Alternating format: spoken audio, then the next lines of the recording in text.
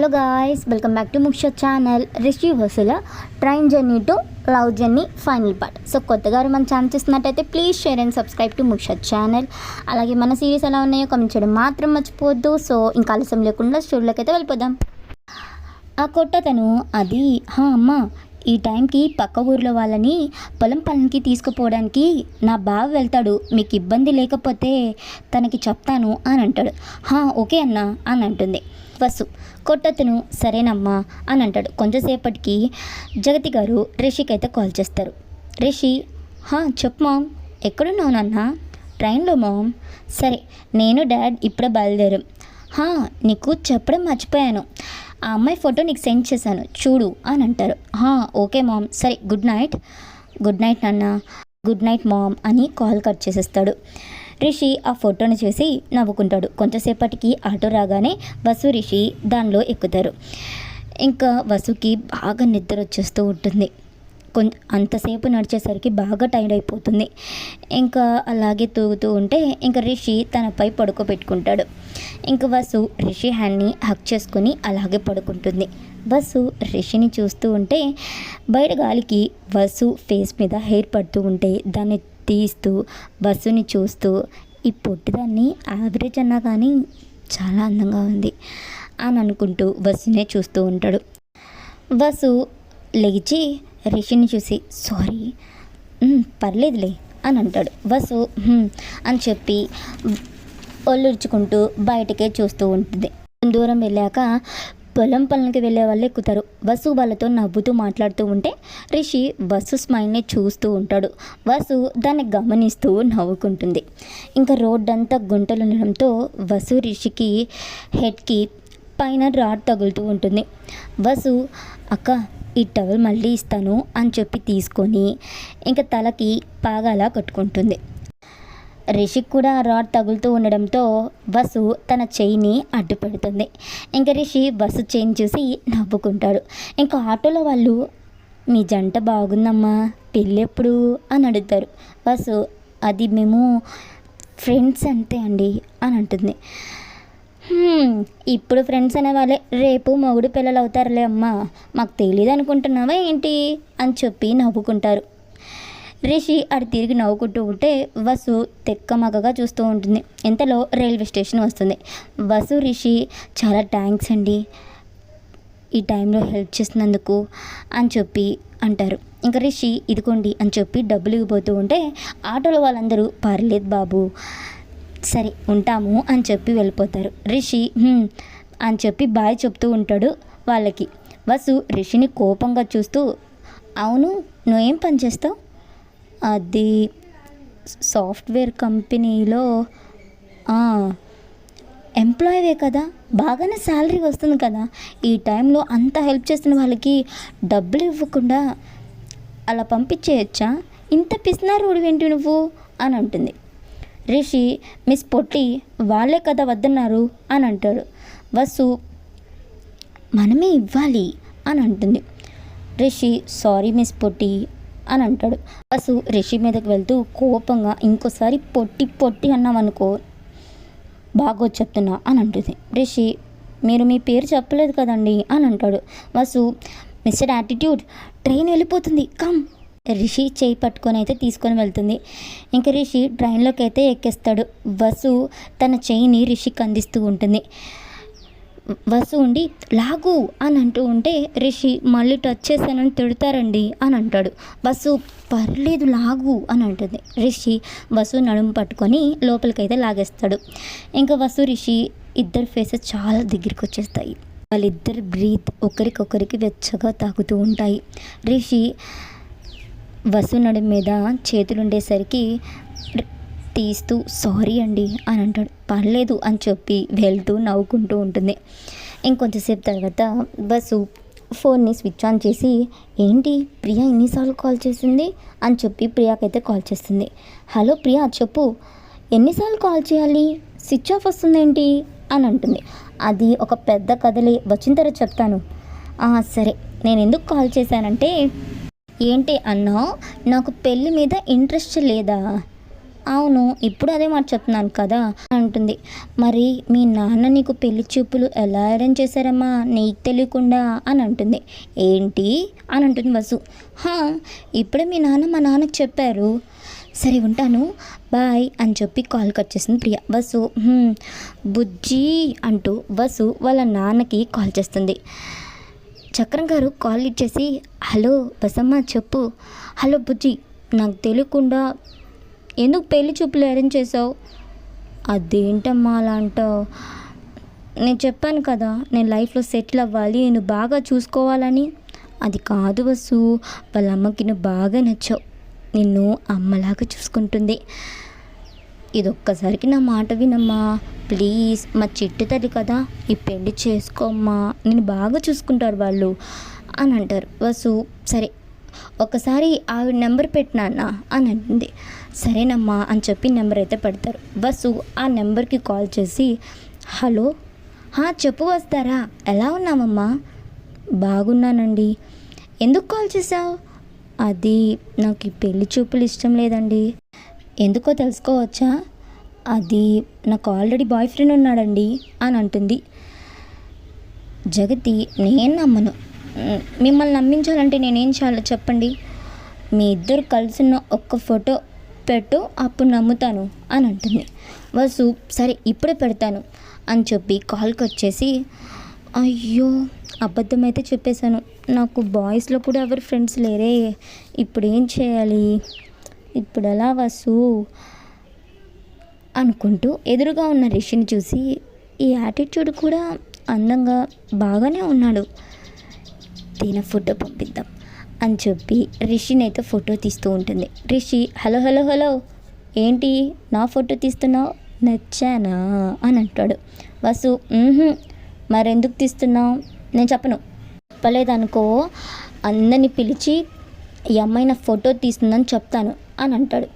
వసు వద్దులే చెప్తాను, అది నాకు పెళ్లి చూపులు ఫిక్స్ చేశారు, నాకు ఆ పెళ్లి చూపులు ఇష్టం లేదు, వాళ్ళకి నాకు బాయ్ ఫ్రెండ్ ఉన్నాడన్నాను, కానీ నాకు ఎవ్వరు బాయ్ ఫ్రెండ్ లేరు, ఎవరో ఒక ఫోటో పెట్టాలి కదా అని, అందుకే నాది పెడుతున్నావు అనమాట. నీకెందుకు పెళ్ళి ఇష్టం లేదు, నీకెందుకు, నువ్వు చెప్తే నేను నీకు హెల్ప్ చేస్తాను. నిజంగానా? నిజంగా. అది నా చిన్నప్పుడే మా అమ్మ చనిపోయింది, అప్పటి నుంచి అన్నీ నాకు మా నాన్నే, నేను ఇప్పుడే లైఫ్లో సెటిల్ అవుతున్నాను, మా నాన్నని బాగా చూసుకోవాలి, ఈ టైంలో పెళ్లి చేసుకొని నా దారిని నేను వెళ్ళాను కదా అని అంటుంది. రిషి ఇదే ఆ పెళ్ళి కొడుకు చెప్పు, అర్థం చేసుకుంటాడేమో, నువ్వు జాబ్ చేసుకోవడానికి ఒప్పుకుంటాడేమో, మీ నాన్ని కూడా నువ్వే చూసుకోవచ్చు అప్పుడు. ఏమో నా ప్రాబ్లం చెప్పా కదా, హెల్ప్ చేయి. సరే దగ్గరికి రా. ఎందుకు? కొంచెం క్లోజ్గా ఫొటోస్ దిగి పెడదాం, పెళ్ళి వాళ్ళు రారు అని అంటాడు. వసు చాలా దగ్గరగా ఫొటోస్ అయితే తీసుకుంటూ ఉంటారు. వసు రిషిని చూస్తూ, నీకు దగ్గరగా ఉండడం నాకు నచ్చింది అని అనుకుంటుంది. రిషి ఏమన్నా అన్నావా? లేదు అని వెళ్తూ ఉంటే బ్యాగ్ తగిలి పడిపోతూ ఉంటే ఇంకా రిషి దగ్గరికి అయితే లాగుతాడు పట్టుకొని. ఇద్దరు అలాగే చూసుకుంటూ ఉంటారు. వసు దూరం జరిగి హెయిర్ అయితే సరి చేసుకుంటూ ఉంటుంది. రిషి వాళ్ళకి పెట్టేశాను, థ్యాంక్స్. జగతి వాళ్ళిద్దరిని చూసి నవ్వుకుంటూ, సరే మీ ప్రేమకి మేము అడ్డురాములే, పెళ్లి చేసుకొని హ్యాపీగా ఉండండి, మేము రావటం లేదు అని చెప్పి మెసేజ్ అయితే పెడుతుంది. వసు మెసేజ్ చూసి, హే నా పెళ్ళి క్యాన్సిల్ అయింది ఏ అంటూ రిషిని హగ్ చేసుకుంటుంది. రిషి నవ్వుకుంటాడు. Vasu sorry thank you so much, thanks a lot అంటూ హ్యాండ్ పట్టుకొని షేక్ హ్యాండ్ ఇస్తూ ఉంటుంది. రిషి ఇట్స్ ఓకే అని అంటాడు.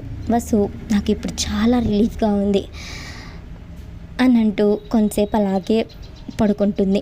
ఇంకిద్దరు రెస్ట్ తీసుకుంటారు. వసు వాళ్ళ ఊరు రాగానే లేచి చూస్తుంది. రిషి అక్కడ కనపడ్డు. ఈ యాటిట్యూడ్ ఎక్కడికి వెళ్ళిపోయాడు, వెళ్ళేటప్పుడు ఒక మాటను చెప్పాలి కదా అని అనుకుంటుంది. ఇంకొంచెం సేపు తర్వాత వసు వాళ్ళ ఇంటికి అయితే వెళ్తుంది. ఇంకందరూ వసుని పెళ్లి చూపులకి రెడీ చేస్తూ ఉంటే వసు రిషిని గుర్తు చేసుకొని తనలో తానే నవ్వుకుంటూ ఉంటుంది. ప్రియా ఏంటి నవ్వుతున్నావు? అవును ఫోన్ని స్విచ్ ఆఫ్ ఎందుకు చేసుకున్నావు అని అడుగుతుంది. అదా అని చెప్పి జరిగింది మొత్తం చెప్తుంది. ప్రియా, నేను నైట్ అంతా భరించారంటే ఆ అబ్బాయి నిజంగా చాలా గ్రేట్ అని చెప్పి నవ్వుకుంటుంది. ఏంటి మళ్ళీ నవ్వుతున్నావు? ఏం లేదులే, పాపం మంచోడు. బస్సు, నువ్వేనా ఆ అబ్బాయిని పొగుడుతుంది? అసలు అబ్బాయిలంటే నచ్చరు కదా నీకు, ఇది నిజమేనా? ఏంటి అబ్బాయిని లవ్ చేస్తున్నావా? ఏమో తెలీదు. ఇంకా వేరే అబ్బాయి అయితే నైట్ అంతా తనతో ఉన్నానని చెప్పి అడ్వాంటేజ్ తీసుకునే వాళ్ళేమో.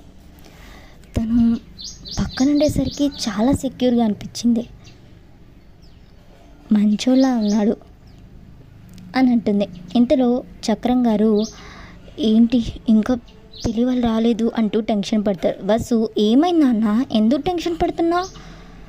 వాళ్ళు ఇంకా రాలేదు వసమ్మ అని అంటారు. వసు, రాకపోతే పోయి నాన్న, నేను చెప్పాను కదా నాకు ఇప్పుడే పెళ్లి చేసుకోవాలని లేదని అని అంటుంది. అది కాదు వసమ్మ, రేపు నాకు ఏదన్నా బాగలేకపోతే, నాకు ఏదన్నా అయితే నిన్ను ఎవరు చూసుకుంటారు? నీకెవరన్నా తోడుగా ఉండాలి కదా అని అంటారు. వసు, నువ్వు అలా అనుకు, నాకు ఏడుపు వస్తుంది. నేను చెప్పాను కదా నేను సెటిల్ అవ్వాలి, నేను బాగా చూసుకోవాలి అని అంటుంది. ఇంతలో జగతి గారు అలాగే మహేంద్ర గారు లోపలికి వస్తారు. చక్రం గారు నవ్వుకుంటూ, రండమ్మా, రండి బావగారు అని చెప్పి కూర్చోపెడతారు. అబ్బాయి రాలేదా? వచ్చారు, బయట ఉన్నాడు, వస్తారులేండి అని అంటారు. ఎవరినన్నా వాళ్ళు అని అడుగుతుంది. పెళ్ళి వాళ్ళమ్మా అని అంటారు. జగతి గారు వసు దగ్గరికి వచ్చి తల్లిమూతూ, వసు, మాకు నీ ప్రాబ్లం అర్థమైంది, నువ్వు పెళ్లి చేసుకొని కూడా జాబ్ చేయొచ్చు, అలాగే మీ నాన్న కూడా చూసుకోవచ్చు, మాకు ఎలాంటి ప్రాబ్లం లేదు అని అంటారు. చక్రం గారు, సంతోషం అమ్మా. అమ్మా, నాకు నిన్ను చూడాలనిపిస్తే వెంటనే ఇక్కడి నుంచి వచ్చేస్తాను, తొందరగా రావచ్చు, పక్క ఊరే, ఇంతకన్నా ఏం కావాలి? అబ్బాయి కూడా మంచోడు, ఒప్పుకో అమ్మ పెళ్ళికి అని అంటారు. వసు అని చెప్పి తలుపుతుంది. జగతి గారు, థ్యాంక్స్ అమ్మా, నీతో మా అబ్బాయి విడిగా మాట్లాడాలనుకుంటున్నాడు, టెర్రస్ మీద ఉన్నారు, వెళ్ళు అని చెప్పి పైకైతే వెళ్తుంది. రిషి వెనక్కి తిరిగి ఉంటాడు. హలో అండి అని అంటుంది వెళ్ళి. హలో, మీ పేరు? వసుధర అని మనసులో పేరు తెలియకుండానే పెళ్లి చూపులకు వచ్చారా అని అనుకుంటుంది. రిషి, నాకు మీరు బాగా నచ్చారు, మిమ్మల్ని పెళ్లి చేసుకోవాలనుకుంటున్నాను, మరి మీకు నేను నచ్చానా అని అంటాడు. వసు, అది నేను ఒకరిని లవ్ చేస్తున్నానండి. అవునా? తన పేరు తెలుసుకోవచ్చా? అది మిస్టర్ యాటిట్యూడ్. రిషి నవ్వుకుంటూ, అదేంటండి, తన పేరు తెలీదు కానీ మంచోడు, తన్ని పెళ్లి చేసుకోవాలనుకుంటున్నాను అని అంటుంది. రిషి నవ్వుకుంటూ ముందుకు తిరిగి, సరే తన్నే పెళ్లి చేసుకో మిస్ పొట్టి అని అంటాడు. వసు నవ్వుకుంటూ పరిగెత్తుకుంటూ వెళ్ళి రిషిని అయితే హక్ చేసుకుంటుంది. రిషి, పెళ్లి చేసుకుంటావా నన్ను అని అడుగుతాడు. ఆయన వెళ్ళేటప్పుడు ఒక్కసారి కూడా చెప్పి వెళ్ళాలనిపించలేదా అని అంటుంది. అది సర్ప్రైజ్ ఇద్దామని అని అనుకున్నాను అని అంటాడు. అయితే కిందకి వెళ్తారు. వసు బయట ఉన్న కార్స్ చూసి, అవును, ఇన్ని కార్స్కి రెంట్ ఇవ్వాలి కదా, ఆటోలో రావచ్చు కదా, అసలే నీకు పిసినాతనం ఎక్కువ కదా అని అంటుంది. జగతి అలాగే మహేంద్ర గారు ఇద్దరు ఆ మాటకి నవ్వుకుంటూ, చెప్పాడమ్మా తను వాళ్ళకి డబ్బులు ఇవ్వలేదని పిసినారోడు అన్నావంట కదా, మాతో వచ్చేటప్పుడు వాళ్ళు ఎదురయ్యారు, వాళ్ళకి డబ్బులు మొత్తం ఇచ్చేశాడు నువ్వు అన్నావని. అవునా? అవును, నిజంగా నువ్వు ఏం వర్క్ చేస్తావు చెప్పు. జగతి గారు, తను విఆర్ కంపెనీ ఎండి అమ్మా అని అంటారు. వసు షాక్ అయ్యి సారీ అని అంటుంది. ఇట్స్ ఓకే అని అంటాడు రిషి. అవును, మీ పేరేంటి అని అడుగుతుంది వసు. నా పేరు రిషేంద్ర భూషణ్ అని అంటాడు. వసు ఓ అని అంటుంది. ఇంకా చక్రం గారు, జగతి గారు అలాగే మహేంద్ర గారు తాంబూలాలు అయితే ఇచ్చేసుకుంటారు. ఇంకా రిషి, వసు రింగ్స్ అయితే చేంజ్ చేసుకుంటారు. ఇంకా వెంటనే ప్రియా వాళ్ళ పెళ్ళి అయిపోగానే ఒక 10 రోజులకి రిషిధారకి పెళ్ళి అయితే ఫిక్స్ చేపిస్తారు జగతి అలాగే మహేంద్ర గారు. ఇంకా రిషి అలాగే వసు వాళ్ళిద్దరూ ఫస్ట్ టైం కలిసిన ట్రైన్లోనే మళ్ళీ హైదరాబాద్కి అయితే వెళ్తూ ఉంటారు. రిషి వసు వల్ల పడుకొని ఉంటాడు. వసు ద్రాక్షాలని తన పెదాలతో రిషి పెదాలకి అందిస్తూ ఉంటే రిషి తింటూ ఉంటాడు. పాపం చూసుకోకుండా వసు పెదవనైతే కొరికేస్తాడు. వసు అబ్బా నిన్ను అని చెప్పి రిషిని కొడుతూ ఉంటే రిషి సారీ పొట్టు, ద్రాక్ష అనుకున్నాను అని అంటాడు. వసు పో అని చెప్పి రిషిని నెట్టేస్తుంది. సారీ వసు అని చెప్పి రిషి అయితే వసుని హక్ చేసుకుంటాడు. సో ఎవ్రీ అమ్మాయి లైఫ్కి అర్థం చేసుకునే పర్సన్ అయితే రావాలి. సో వాళ్ళ అమ్మ వాళ్ళ సైడు ఎంత ఫైనాన్షియల్ ప్రాబ్లమ్స్ ఉంటే అమ్మాయి కంపల్సరీగా హెల్ప్ చేయాలనుకుంటుంది. సో వాళ్ళు హెల్ప్ చేయడానికి ఇటు హస్బెండ్ కూడా సపోర్టివ్ చేస్తే ఆ లైఫ్ చాలా బ్యూటిఫుల్గా ఉంటుంది. మీరు ఏమైనా ఇలా సిచ్యువేషన్ని ఫేస్ చేస్తుంటే కామెంట్ చేయడం మాత్రం మర్చిపోవద్దు. సో కొత్తగా మన ఛానల్ చూసినట్టయితే please share and subscribe to Mukshat channel. అలాగే ప్లీజ్ ఛానల్ని సబ్స్క్రైబ్ చేసుకోవడం మాత్రం మర్చిపోవద్దు. నేను వీడియోస్ ఎప్పుడు పోస్ట్ చేస్తున్నా మీకు నోటిఫికేషన్ అయితే వచ్చేస్తుంది. సో అప్పుడు మీరు వీడియోని చూసేయచ్చు. So please do subscribe to Mukshat channel. And story నచ్చినట్టయితే కామెంట్ చేయడం మాత్రం మర్చిపోవద్దు.